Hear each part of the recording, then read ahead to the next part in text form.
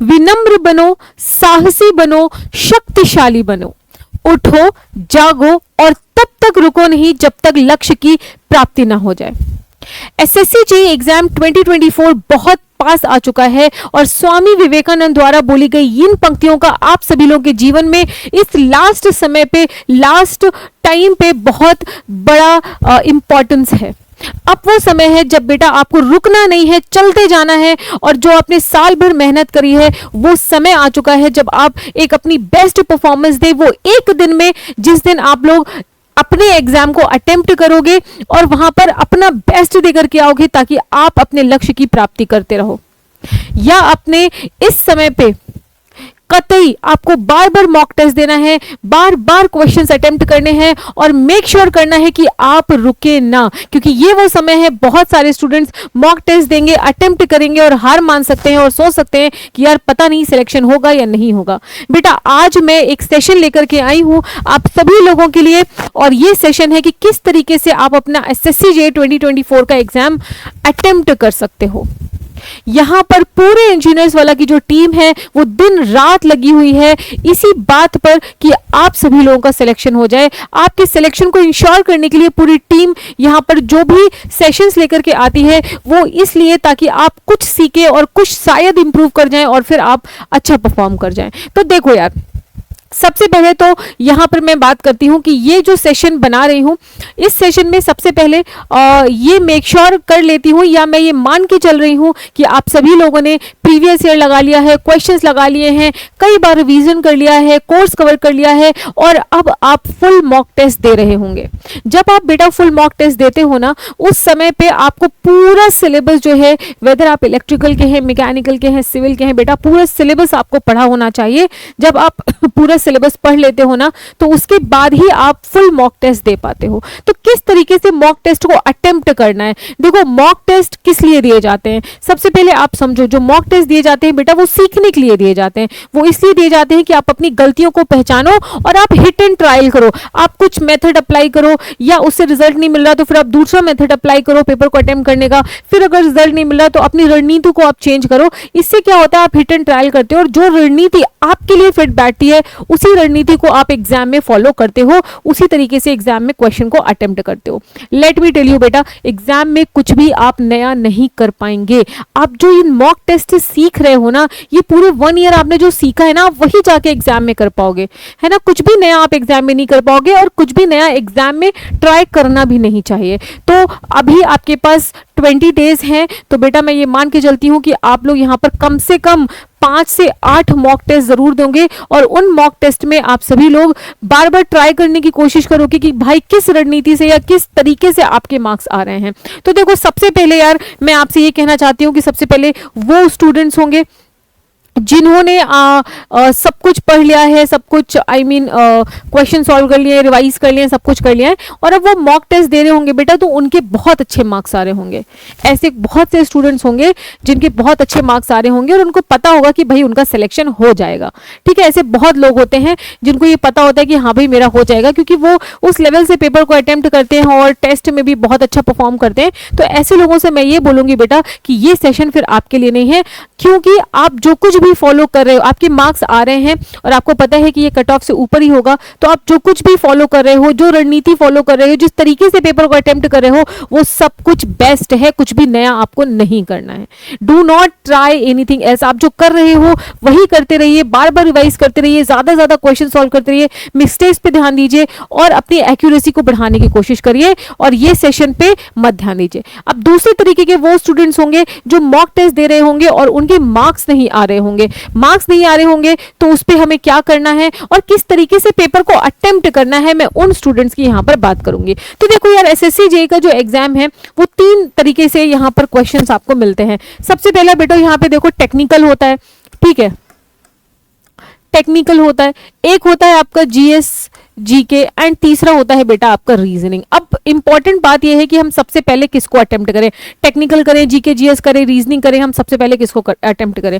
Late me tell you, as a technical student, जैसे कि हम इंजीनियर्स हैं, तो इंजीनियर्स वाले लोग जो है वो जीके जीएस में जनरली सड़ता मतलब जनरली जो है वो वीक हुई होते हैं, बहुत ज्यादा स्ट्रांग नहीं होती है। जो स्ट्रांग होता है बेटा वो है टेक्निकल और ये है रीजनिंग, क्योंकि मैक्सिमम स्कोर बेटा आप टेक्निकल में ही करते हो और मैक्सिमम स्कोर आप रीजनिंग में करते हो, जीके जीएस में भी करते हो, पर उतना हाईएस्ट स्कोर नहीं होता है। तो मेरा सजेशन यही रहेगा कि आप पेपर जब आप करते हो तो देखो एक मेंटालिटी होती है, अगर आप पेपर अटेम्प्ट करने बैठे, जो चीज आपको आती है वही आप अटेम्प्ट कर रहे हो, तो आपका दिमाग जो है वो काफी अच्छा फील करेगा। जब अच्छा फील करेगा तो परफॉर्म भी बहुत अच्छा करेगा। मान लो आपने ऐसे कुछ क्वेश्चंस, ऐसा पार्ट आपने अटेम्प्ट करना शुरू कर दिया जो पहला दूसरा क्वेश्चन ही आपसे नहीं अटेम्प्ट हुआ, बना ही नहीं, आंसर निकले नहीं, फिर आपने चौथा पांचवा किया फिर नहीं बना, तो ऐसे केस में ना दिमाग बहुत ज्यादा पैनिक हो जाता है, उस वक्त प्रेशर डील करने लग जाता है, फील करने लग जाता है, तो और जो आगे इजी क्वेश्चन थे ना वो भी आपसे गलत हो जाते हैं। तो ऐसे केस में सबसे पहले आपको ध्यान देना होगा कि इन तीनों में से बेटा आपको जो सबसे ज्यादा इजी लगता हो, कॉन्फिडेंट लगता हो,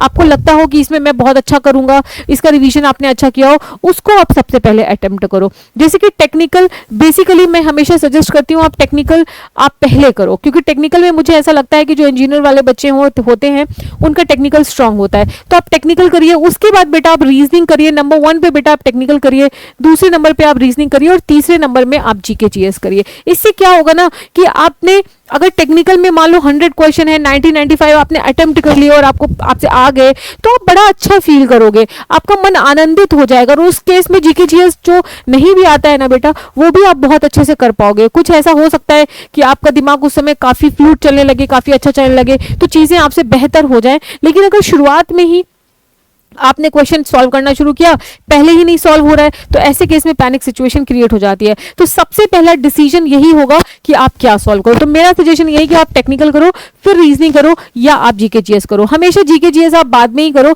अगर आप रीजनिंग में ज्यादा स्ट्रांग हो, आपको लगता है 50 में 48-45 आ जाएंगे, तो आप रीजनिंग पहले कर सकते हो, ये आपको डिसाइड करना होगा। अब आप क्या करोगे, आप मॉक टेस्ट करिए। मॉक टेस्ट में एक बार जब आप मॉक टेस्ट कर रहे हो बेटा, तो सबसे पहले आप टेक्निकल करो, रीजनिंग करो, जीके करो, फिर देखो आपको कैसा लग रहा है। एग्जाम पेपर सॉल्व करते करते इजी फील हो रहा है या नहीं फील हो रहा है। इजी मतलब दिमाग ऐसा तो नहीं बहुत परेशान हो गया हो, है ना, पैनिक तो नहीं हो गए हो, घबरा तो नहीं गए हो, क्योंकि अगर क्वेश्चन नहीं बनता है ना शुरुआत में ही, तो पूरा का पूरा 2 घंटा जो है वो बर्बाद होने लग जाता है। तो पहले मॉक टेस्ट में आज ट्राई करो। अगर ये चीज फॉलो नहीं हो पा रही है तो आप दूसरे मॉक टेस्ट में उल्टा करो, पहले रीजनिंग करो, फिर टेक्निकल करो, फिर जी करो। तो मतलब कहने का क्या है, मतलब कहने का यह है कि मॉक टेस्ट एक्चुअली में बेटा हिट एंड ट्रायल के लिए ही होते हैं कि आपके लिए क्या फिट बैठ रहा है ना। जैसे मैं अपना बताऊं, जब मैं तैयारी करी तो मेरे लिए फिट बैठा था कि मैं टेक्निकल करूं, रीजनिंग करूं, फिर जीके जीएस करूं, क्योंकि जीके जीएस मेरी बहुत वीक थी और मुझे पता था टेक्निकल में बिल्कुल अपन तो बिल्कुल पार देंगे, चीर देंगे, सब कुछ कर देंगे, और रीजनिंग में भी अपन बहुत अच्छा कर लेंगे, है ना। तो ऐसे में क्या होता है कि आपको बढ़िया फील होता है। अब चलो यार देखो,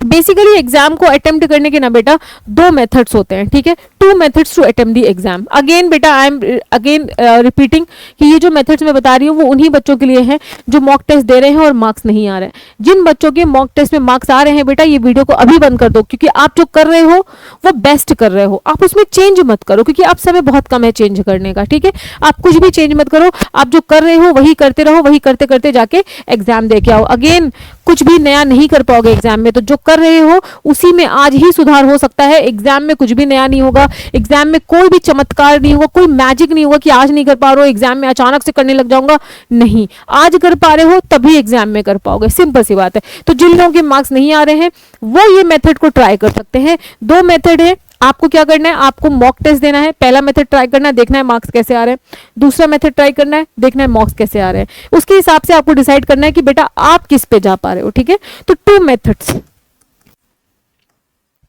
टू अटेम्प्ट एग्जाम, ठीक है, या पेपर, ठीक है। 2 मेथड हो सकते हैं बेटा।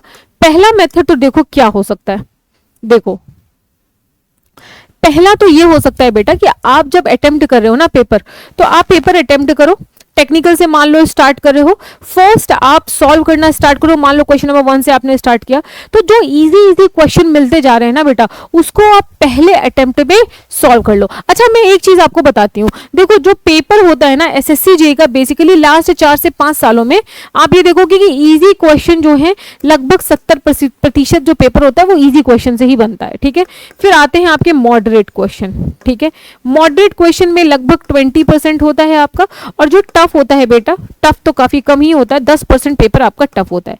अब देखो इंपॉर्टेंट ये है कि आप जब पेपर अटेम्प्ट कर रहे हो तो फर्स्ट अटेम्प्ट में ना आप इजी इजी क्वेश्चन को पहले अटेम्प्ट कर लो। ठीक है, फर्स्ट अटेम्प्ट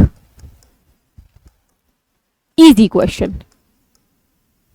ठीक है, अच्छा इजी क्वेश्चन अटेम्प्ट करने के बाद बेटा जो आपको टफ लग रहे हैं, ठीक है, जो आपसे नहीं बन रहे हैं, मान लो क्वेश्चन पढ़ा नहीं समझ में आ रहा, आंसर क्या है आपसे नहीं बन रहा है, उन क्वेश्चंस को बेटा आप क्या करोगे, सारे टफ क्वेश्चन को आप वहीं पर ड्रॉप करके आगे बढ़ोगे।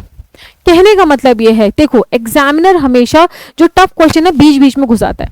क्या होता है उससे कि मान लो एक टफ क्वेश्चन है आपने पढ़ा, पर कभी कभी ऐसा होता है ना कि मान लो ऐसा लगता है कि हाँ यार आंसर निकल आएगा, पर आंसर निकल नहीं रहा है उसमें आप टाइम वेस्ट कर देते हो। एग्जामिनर जानबूझ करके ही आपका टाइम वेस्ट करवाना चाहता है। समझदारी इसी बात में है कि टफ क्वेश्चन को आप ड्रॉप करो, वहां पे उनको मार्क कर लो, पर्पल कलर या कुछ और कलर होते हैं वहां पे, उसको मार्क कर लो और आप आगे बढ़ जाओ।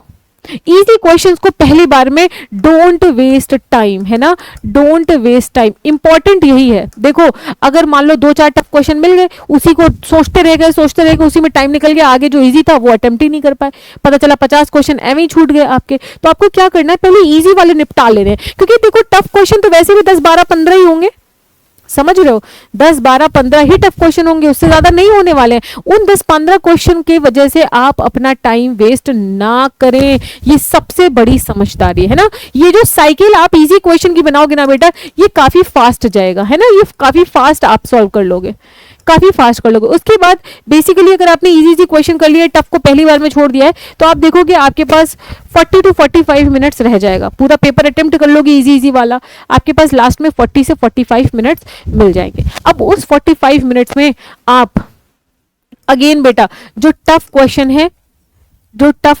है उन्हें आप अटेम्प्ट करो। क्या करो, जो टफ क्वेश्चन है उन्हें आप अटेम्प्ट करो। इन टफ क्वेश्चंस में आप देखो कुछ क्वेश्चंस आपसे बन जा रहे होंगे, कुछ बिल्कुल नहीं बन रहे हैं, फिर आपको छोड़ना पड़ेगा। पर इन टफ क्वेश्चंस में मान लो 10-15 आपने छोड़े हैं, उसमें से कि अगर 10 भी बन गए, 5 छोड़ दिए तो चलो ठीक है, 10 बन गए हैं आपसे, तो इस तरीके से आपका पूरा 2 घंटे की साइकिल चलेगी। ये वाली फास्ट चलेगी और ये जो टफ क्वेश्चन वाली साइकिल होती है बेटा ये स्लो चलेगी आपकी, है ना। तो आपका 2 आवर का ये काम हो जाएगा। तो ये एक तरीका है आपको अटेम्प्ट करने का पेपर। अच्छा देखो क्या होता है ना कि अगर आप इस तरीके से अटेम्प्ट कर रहे हो तो एक रिवीजन साइकिल भी बनानी होती है। रिवीजन साइकिल मतलब कि आप पूरा पेपर अटेम्प्ट कर लिया, वापस से एक बार एक पेपर देख रहे हो आप, उसके लिए भी टाइम चाहिए होता है। तो यहाँ पर 15-20 मिनट आपके पास रह जाएगा, फिर आप पूरे पेपर को एक बार देख लो कि यार सही लगाया नहीं लगाया, यूनिट सही लगाई नहीं लगाई, जो कुछ भी आप कर रहे हो आप वो देख सकते हो। ठीक है, ये एक तरीका है। उसके बाद बेटा जो आपका बचेगा उसमें आप पेपर को रिवाइज कर सकते हो, ये एक तरीका है।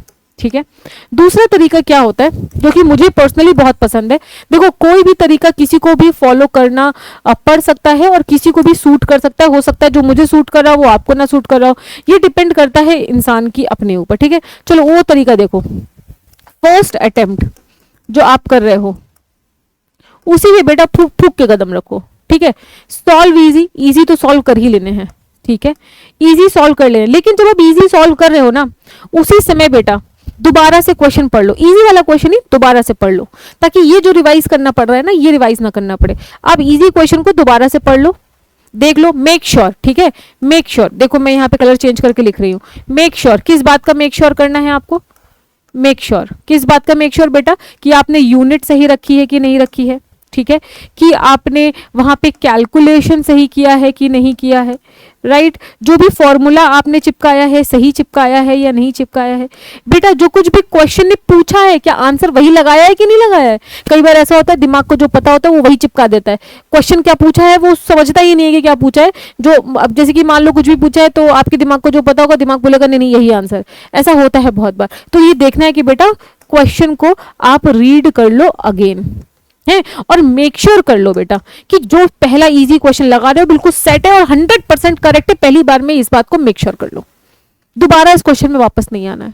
ठीक है। अब देखो फर्स्ट अटेम्प्ट में जब आप इजी क्वेश्चन कर रहे हो तो ये कर लो, एंड उसके साथ बेटा जब प्लस जब आप टफ क्वेश्चन कर रहे हो ना, टफ क्वेश्चन सामने आए तो इस टफ क्वेश्चन में अपनी सूझबूझ का प्रयोग करो।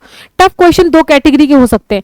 पहला कैटेगरी बेटा ये हो सकता है कि वो कंसेप्ट आपको आता ही नहीं है ना, आपको आपने पढ़ा ही नहीं है, वो टॉपिक ही आपने नहीं पढ़ा, ठीक है। टॉपिक जिस टॉपिक से क्वेश्चन है वो आपको नहीं पढ़ा, तो बेटा वो टॉपिक जब पढ़ा ही नहीं है, क्वेश्चन जब बिल्कुल ही अनजान है, तो तुम कुछ भी कर लो, अब जय श्री राम करके थोड़ी आंसर लगा देना, तुम कुछ भी कर लो उसमें दोबारा वापस भी आ जाओगे तब भी वो बनेगा नहीं, सिंपल सी बात है। तो ऐसे क्वेश्चन जिनके टॉपिक आपने कतई नहीं पढ़े हैं, बिल्कुल जीरो है, बिल्कुल नील है, नील बटे सन्नाटा है, कुछ भी नहीं पता है बेटा, इनमें वापस नहीं आना है। मेक श्योर दैट इनको बिल्कुल ही छोड़ देना है, वापस आओगे टाइम वेस्ट होगा, कुछ नहीं। अब देखो टफ क्वेश्चन में वो है जिनके टॉपिक बेटा आपने पढ़ रखे हैं लेकिन वो उस समय पे नहीं निकल रहा है, ठीक है, उस समय पे नहीं निकल रहा, तो आपको क्या करना है, 36 सेकंड आपको मिलता है। आपने इन क्वेश्चंस में थोड़ा बहुत टाइम बचा लिया होगा, यहां पर ना उसी वक्त जब टफ क्वेश्चन है ना, 2 बार शांति से वेट करना है और 2 बार सोच लेना है, यार पढ़ा है कंसेप्ट, याद नहीं आ रहा है, क्यों सॉल्व नहीं हो रहा है। उसी वक्त 36 से बढ़ा करके 50 सेकंड दे देने हैं और उसको सॉल्व करने की कोशिश करनी है। उसी वक्त आप सॉल्व करें और स्वतः अगर आ रहा है तो उसको टिक करें, नहीं आ रहा है तो उसको लीव कर दें। ऐसा करने पे क्या होगा ना बेटा, आप दोबारा साइकिल नहीं दोगे, पूरे पेपर में आप दोबारा साइकिल नहीं दोगे। एक्चुअली में क्या होता है कि जब आप दोबारा साइकिल देते हो ना, रिवाइज करने वाली साइकिल, और तो उसमें क्या होता है कई बार जो सही क्वेश्चन कर दिया होता है ना, वो भी रिवाइज करने के चक्कर में गलत हो जाता है। That has happened with me. तो मुझे ये पर्सनली पहला वाला पसंद नहीं है, मुझे दूसरा वाला पसंद है। पहली बार में ही क्वेश्चन का सब कुछ ऊपर से नीचे तक पूरा सब कुछ बेस्ट तरीके से उसमें चेक कर लेना कि मेक श्योर, फिर आंसर लगाना। मुझे पता है 100% ये बिल्कुल सही है। जो टफ है भैया, अगर टॉपिक पढ़ा ही नहीं है तो आएगा ही नहीं। जीके जीएस में नॉर्मली यही होता है, मान लो किसी हिस्ट्री पूछ लिया, अब नहीं पता है तो नहीं पता है, अब उसमें वापस आने की जरूरत ही क्या है आपको, ठीक है, नहीं पता है तो छोड़ दिया, और जो पता है उसको फिर से दोबारा से सोच लिया, यार पढ़ा था, एक बार अपने दिमाग में जोर डाल लिया कि भाई आ रहा है या नहीं आ रहा है। तो ये बेटा बेसिकली 2 मेथड्स हुआ करते हैं आपको एग्जाम को अटेम्प्ट करने के लिए। अब देखो आप मान लो इस समय मॉक टेस्ट दे रहे हो और आपके मार्क्स नहीं आ रहे हैं, तो एक काम करो, देखो आप कौन सा मेथड फॉलो कर रहे थे, मेरा वाला फॉलो, इन दोनों में से कौन सा कर रहे हो। तो ये वाला अगर कर रहे हो तो एक बार देखो मॉक टेस्ट दो, ये वाला मेथड सॉल्व करो, यूज करो, देखो कितना मार्क्स आ रहा है, उसकी एनालिसिस करो, ठीक है। एनालिसिस क्या होती है बेटा, कितने क्वेश्चन गलत हो गए, क्यों गलत, तो कहीं ऐसे तो नहीं एग्जाम में किसी पर्टिकुलर क्वेश्चन में मैं स्टक हो गया था, बहुत ज्यादा टाइम वेस्ट हो गया है ना, पेपर छूट गया। बहुत सारे लोगों का एसएससी जेईई का पेपर छूट जाता है बेटा, क्यों, क्योंकि वो स्लो होते हैं, उन्हें पेपर में टाइम मैनेजमेंट ही नहीं आता है। टाइम को मैनेज करना आप मॉक टेस्ट में सीखोगे, और ये टेक्निक फॉलो करो। पहले ये टेक्निक फॉलो करो, एनालिसिस कर लो कि भैया इतने टफ क्वेश्चन थे, मैं इतने बार में इतना फंस गया, यहाँ पे टाइम मैंने वेस्ट कर दिया, या ये बिल्कुल ही क्वेश्चन नए थे, मुझे नहीं आता था, मैंने यहाँ टाइम वेस्ट किया, या जो इजी था फिर भी गलत हो गया, क्यों गलत हो गया, मिस्टेक कॉपी बना लीजिए। उसके बाद जब दोबारा 2 दिन बाद देखो, बिना एनालिसिस किए अगर आप बार बार मॉक टेस्ट अटेम्प्ट कर रहे हो बेटा, उसका कोई फायदा नहीं होगा। आप इससे काम करो, आप पहले मॉक टेस्ट दो, एनालिसिस करो, 2 दिन प्रॉपर एनालिसिस करो और अपनी जो गलतियां हैं उसको ठीक करने की कोशिश करो, फिर आप पेपर दो, राइट, फिर आप एग्जाम दो। लेकिन अभी आप मॉक टेस्ट दे रहे हो, फिर कल मॉक टेस्ट दे रहे हो, फिर परसों मॉक टेस्ट दे रहे हो, तो आप इंप्रूव कुछ भी नहीं कर रहे हो बेटा, ठीक है। तो आपको मॉक टेस्ट देना है, पहला वाला फॉलो करना है, देखना कितने मार्क्स आ रहे हैं, एनालिसिस करना है, इंप्रूव करना है, उसके बाद मार्क्स अगर कम है तो आपको दूसरा मेथड फॉलो करना है, फिर देखना है कि बेटा आपके मार्क्स बढ़ रहे हैं कि नहीं बढ़ रहे हैं। आपको जब पेपर मॉक टेस्ट कर रहे होगे ना, आपको खुद ही ईजीनेस फील होने लग जाएगा, आपको अंदर से कंफर्टेबल फील होने लग जाएगा कि ये वाला मेथड करना है, ये वाला मेथड करना है। वो आपका अपना पर्सनल है, मैं आपको सच बता रही हूँ। कोई आपसे ये कहे कि ये कर लो, देखो मैं अपना बताती हूँ, मैंने दोनों मेथड फॉलो किए हैं। मुझे पर्सनली ये मेथड पसंद है, ये वाला, कि पहली बार में भैया मेक श्योर कर लेना है कि सही है या नहीं है।